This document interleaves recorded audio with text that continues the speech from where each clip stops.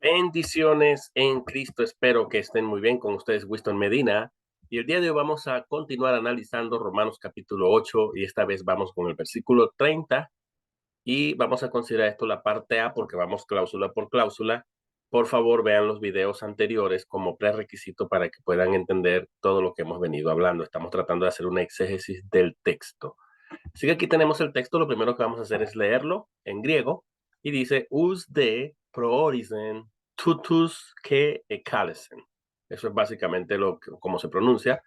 Y acá lo que tenemos es us es a los que, de funcionaría como un conector de continuidad narrativa, como ocurre en Mateo 1, que dice Abraham engendró a Isaac y Isaac engendró a fulano de tal y fulano de tal engendró a esa. Se usa mucho ese de para indicar la continuidad narrativa. Quiere decir que esto nos ubica en el contexto. Debemos ir anteriormente porque esto está conectando esta frase de una manera como funcionando como el CAI de adición, como el que, lo que nosotros pronunciamos que es este CAI que está aquí. ¿Ok? Bueno, déjenme buscar aquí porque esto nos ayuda mucho, enlace, porque así puedo apuntar a las palabras. Y aquí tengo el qué, ¿ok? Bien, ajá. Vamos a organizar este texto de la siguiente manera para facilitar el análisis sintáctico. De manera que como el de me está funcionando para unirme el discurso anterior con este, vamos a colocarlo de primero. Aquí lo tenemos y digamos que este está funcionando como un nexo de adición, implicando la continuidad narrativa. Luego vamos a buscar el verbo que ya se lo he facilitado aquí, se lo he colocado en amarillo, aquí se lo sombreo en rojo y está funcionando como el núcleo del predicado verbal. Ya nos dice que esto entonces es una oración predicativa, no es atributiva, sino predicativa. Al encontrar el verbo núcleo de ese predicado verbal, esto nos facilita dividir la oración en sus dos constituyentes, pero tenemos un problema. Lo que está anterior no es sujeto porque el que nunca puede ser sujeto. Aquí lo que tenemos entonces es un conector, pero en este caso no está funcionando como conector, sino que está funcionando como un sintagma adverbial, como un adverbio. Y su función sintáctica con respecto al verbo escalesen, que es el verbo que está modificando, como lo dice aquí la flecha, como lo estoy colocando aquí en la flecha, es de complemento circunstancial de modo afirmativo. Es equivalente a decir también. Ahora sí podemos buscar el sujeto. El sujeto lo tenemos acá. Es un sujeto, pero no está elíptico. Y este sujeto es Dios. Dios es el mismo sujeto de las acciones anteriores y también de esta acción. Dios fue el que nos conoció de antemano, Dios fue el que nos predestinó y ahora tenemos Dios también y Dios también llamó. ¿Llamó a quién? Esto es un verbo escalesen, es un verbo auristo, implicando que la acción la ha realizado Dios, pero que está ya lograda con respecto a aquellos a los que Pablo les está escribiendo en Romanos. Y Dios los llamó, y también aplicable extensivamente para todos aquellos a los que el Señor directamente vaya a llamar. Esto es lo que nosotros llamamos en la teología reformada el llamamiento interno, que lo realiza Dios, que lo realiza directamente Dios, como también Pedro lo ve en 1 Pedro 5:10, que dice, mas el Dios de toda gracia, que los llamó a ustedes a su gloria eterna. Este es el llamamiento a la glorificación que Dios hace, que luego va a justificar para terminar glorificando a las personas. Bueno, esto ya es ya más o menos lo que se desprende de ahí teológicamente. Entonces lo que tenemos ahora, y Dios también, del mismo modo que conoció, porque el modo afirmativo lo que implica es, del mismo modo que conoció, o el mismo que conoció, es el mismo que predestinó, pero también es el mismo que llamó. Eso es más o menos la idea del modo afirmativo, del complemento circunstancial de modo afirmativo. Y se trata de Dios. Dios también llamó y también igual a la acción de llamar por el mismo sujeto a la acción de conocer y a la acción de predestinar. Llamó. Luego tenemos aquí que esto sería entonces, si este es el verbo núcleo, todo esto forma parte de lo que es el predicado verbal, incluyendo el adverbio, que el adverbio está modificando al verbo y el verbo es parte del predicado verbal. ¿Ok? Y luego tenemos acá el objeto directo. El objeto directo tutus es un pronombre demostrativo. Al ser un pronombre demostrativo, funciona como un objeto directo, pero está indefinido. ¿Qué quiere decir indefinido? Porque todo pronombre es indefinido, hace referencia a algo en el contexto y su antecedente es anafórico. Y bueno, vamos a ubicar, porque si yo digo, y Dios también llamó a estos. La pregunta es, ¿quiénes son estos? Bueno, aquí lo tenemos en el texto arriba. Us proorisen, a los que predestinó.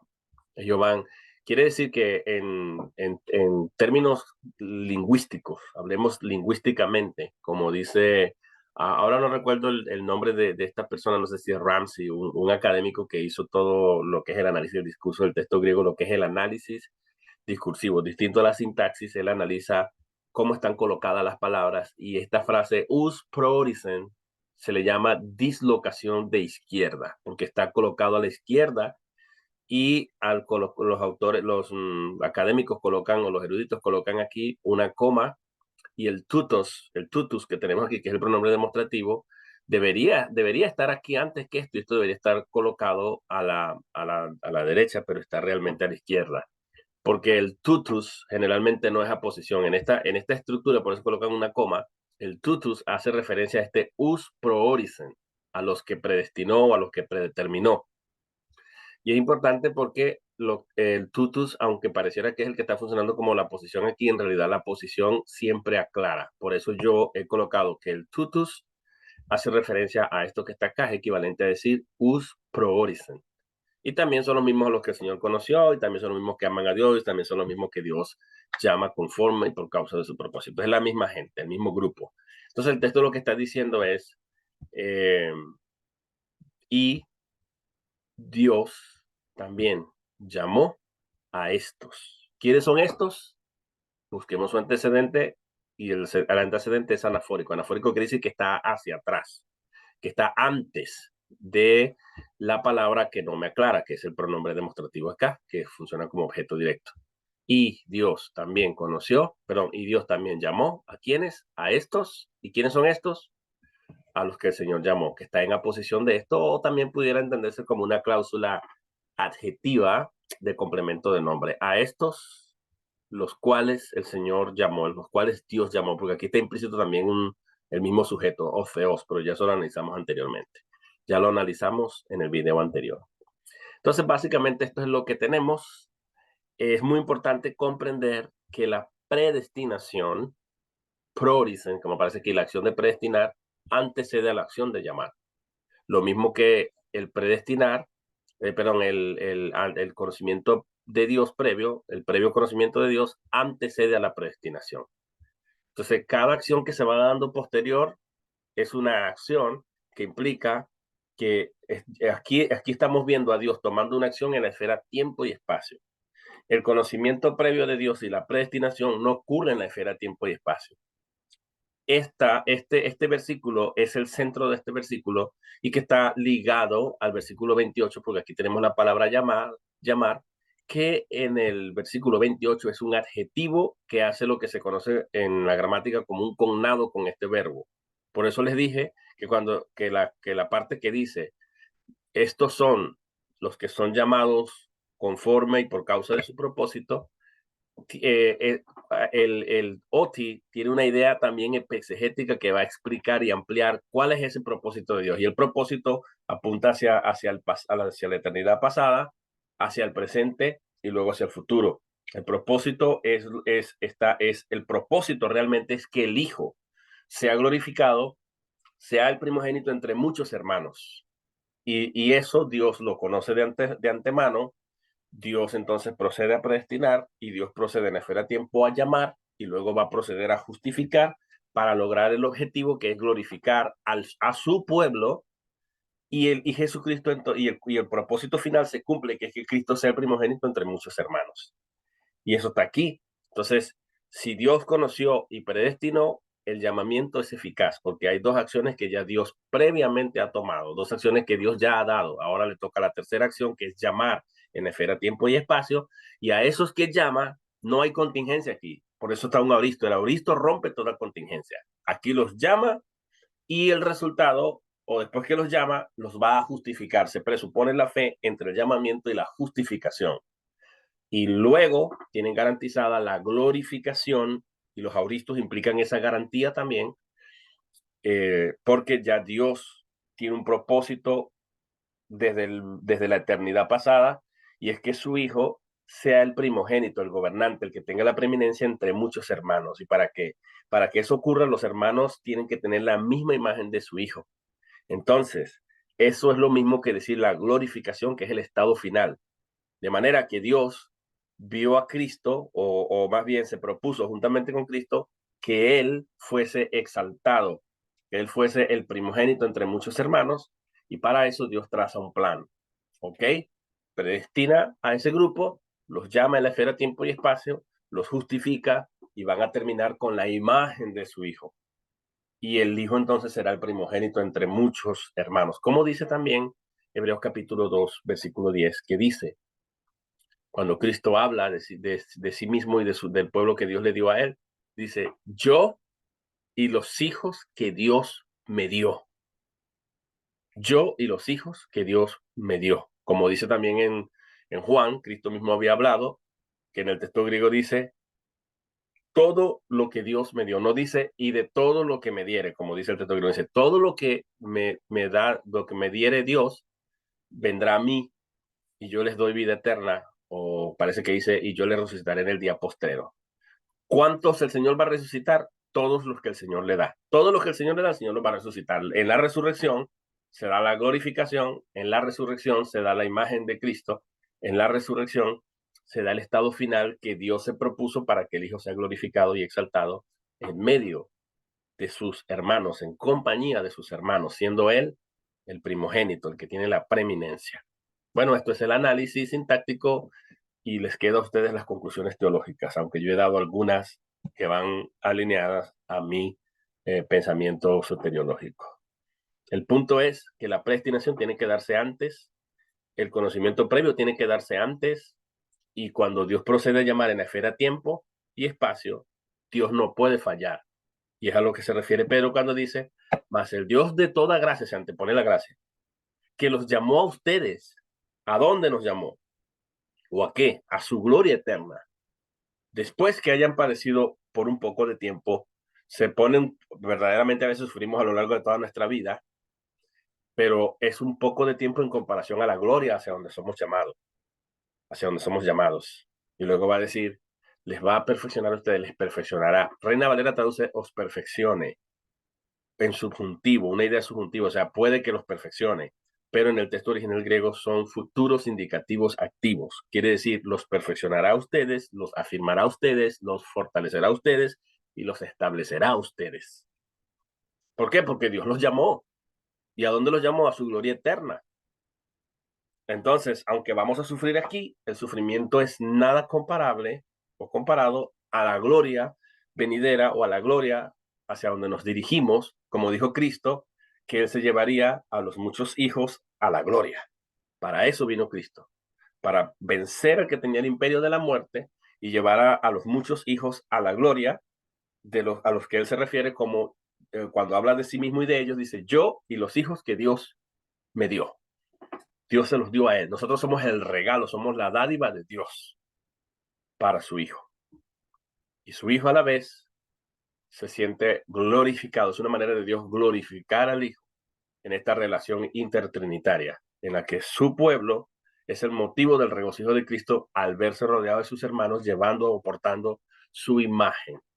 Y esto es lo que la Biblia revela en 1 Juan 3, 1 y 2. Ahora somos hijos de Dios y aún no se ha revelado lo que hemos de ser, porque sabemos que cuando Él se manifieste, seremos transformados a la semejanza de Él o semejantes a Él y le veremos tal cual es. Amigos, hay un plan maravilloso y esto es base para comprender que nosotros sufrimos en este mundo, pero las vicisitudes de este siglo, las aflicciones, tienen también un propósito y Dios utiliza todas las cosas que nos suceden a nosotros, por muy adversas que sean, con el propósito, o sea, con un propósito de ayudarnos a un bien, para el bien, como dice, nos ayudan para bien. Y estos son los que aman a Dios continuamente, eh, porque han sido llamados por Dios conforme al propósito que es la glorificación, que es que portemos la imagen de su Dios. Esto es consolador, porque miro mi pasado y veo a Dios conociéndonos. veo a Dios predestinándonos y Dios ahora me llama y me llamó y me justificó y da por hecho que yo voy a terminar glorificado. ¿Cómo no voy a tener consolación y encontrar una razón de las pruebas? La soberanía de Dios está implícita, en este texto. Dios nunca pierde el control. Él siempre está en control. Dios gobierna. Dios es un Dios de planes, es un Dios de propósitos. Muy claro. Y el mismo que preordenó o predestinó el fin, que es la glorificación de los suyos, él mismo preordenó los medios para lograr ese fin. De manera que Dios mismo es el que se encarga de conocer, de predestinar, de llamar y terminará glorificándonos. Y está garantizado, porque Dios no puede tomar acciones equivocadas ni erradas. Así que como Él conoció, como Él predestinó, Él procede a llamar. Luego, ese llamamiento es tan eficaz que resulta en la justificación de esos mismos, porque ahí viene el énfasis pleonástico. Esto que tenemos aquí, un tutos us prooricen, a estos que también conoció, que predestinó, también los llamó. Esto se llama un objeto directo pleonástico. Es decir, como cuando uno, o sea, lo que está haciendo es un énfasis repetitivo a estos. ¿Quiénes son estos mismos que el Señor eh, predestinó? A estos Dios los llamó. Dios los llamó. Y esto es muy, muy importante entender que este objeto directo pleonástico implica que a ese grupo que el Señor predestinó, ese grupo terminará efectivamente porque son los mismos. Ese tutos implica que es el mismo grupo los que el Señor conoció, es el mismo grupo los que el Señor predestinó, es el mismo grupo que efectivamente y eficazmente el Señor va a llamar o llamó, como lo da por hecho ya Pablo, y el Señor los va a justificar y los va a glorificar, que los ve como acciones ya concretas y hechas porque Dios tiene en mente un objetivo o un propósito final, que es la glorificación de su Hijo, que es que el Hijo sea el primogénito entre muchos hermanos. ¿Le quedará a Dios el Padre mal al Hijo? ¿Le quedará mal el Padre al Hijo al no darle un pueblo? ¿Se equivocó Cristo cuando dijo, yo y los hijos que Dios me dio, los cuales Él se va a llevar a la gloria? Por supuesto que no.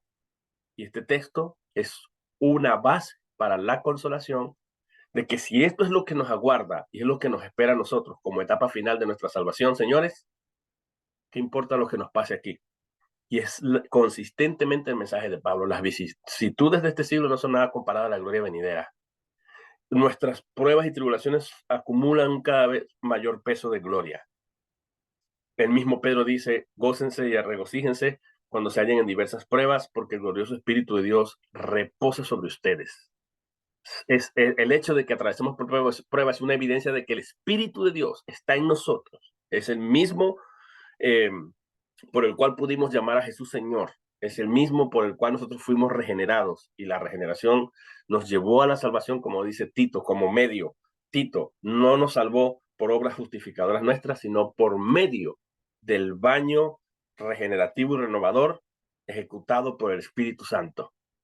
Ese es el medio causal que nos llevó a la efectiva salvación de Dios, que define muy bien lo que es la salvación. Así que, hermanos, hemos concluido con el análisis y ya les di algunos tips teológicos como yo lo veo. Un abrazo, bendiciones. Amén.